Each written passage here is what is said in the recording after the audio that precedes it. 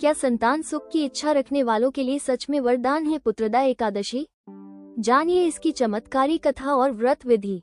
एकादशी व्रतों का विशेष महत्व है सनातन धर्म में। पुत्रदा एकादशी विशेष रूप से संतान सुख के लिए की जाती है। पुराणों के अनुसार प्राचीन काल में महिष्मती नगरी में राजा मोहिजित राज्य करते थे। वे धर्मपरायण, प्रजा के रक्षक और न्यायप्रिय राजा थे, लेकिन उन्हें एक बहुत बड़ा दुख था, वे निसंतान थे। राजा ने कई बार यज्ञ, पूजन और व्रत किए, लेकिन उन्हें संतान नहीं प्राप्त हुई। इस कारण वे हमेशा दुखी रहते थे। एक दिन वे राजदरबार में पुरोहितों और ब्राह्मणों से पूछते हैं, ऐसा कौन सा कर्म है जिससे मुझे संतान सुख की प्राप्ति हो?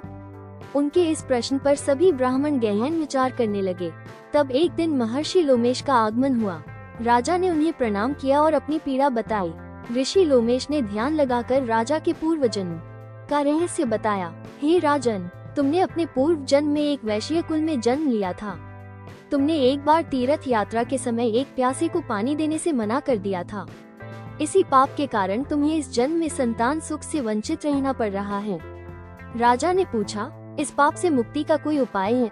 तब ऋषि लोमेश ने कहा, हे राजन, श्रावण मास की शुक्ल पक्ष की एकादशी को पुत्रदा एकादशी कहते हैं।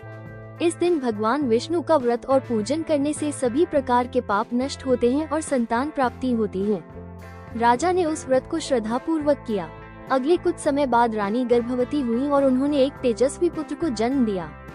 उसी दिन से यह व्रत पुत्रदा एकादशी कहलाने लगा। इस व्रत से न केवल संतान की प्राप्ति होती है, बल्कि पितृ दोष, पूर्व जन्म के पाप और संतान संबंधित कष्ट भी समाप्त होते हैं। श्रद्धा, नियम और विश्वास से किए गए व्रत का फल अवश्य मिलता है। यह व्रत विधि पूर्वक करें। दशमी तिथि से नियम पालन प्रारंभ करें। एकादशी को व्रत रखें। भगवान विष्णु का पूजन करें। फलाहार करें। रात को जागरण व हरिनाम संकीर्तन करें। द्वादशी को व्रत का पारण करें। इसको करने से संतान प्राप्ति, संतान की उन्नति, पापों से मुक्ति व मोक्ष की प्राप्ति होती है। वीडियो पसंद आए तो चैनल को सब्सक्राइब करें और वीडियो को लाइक करें।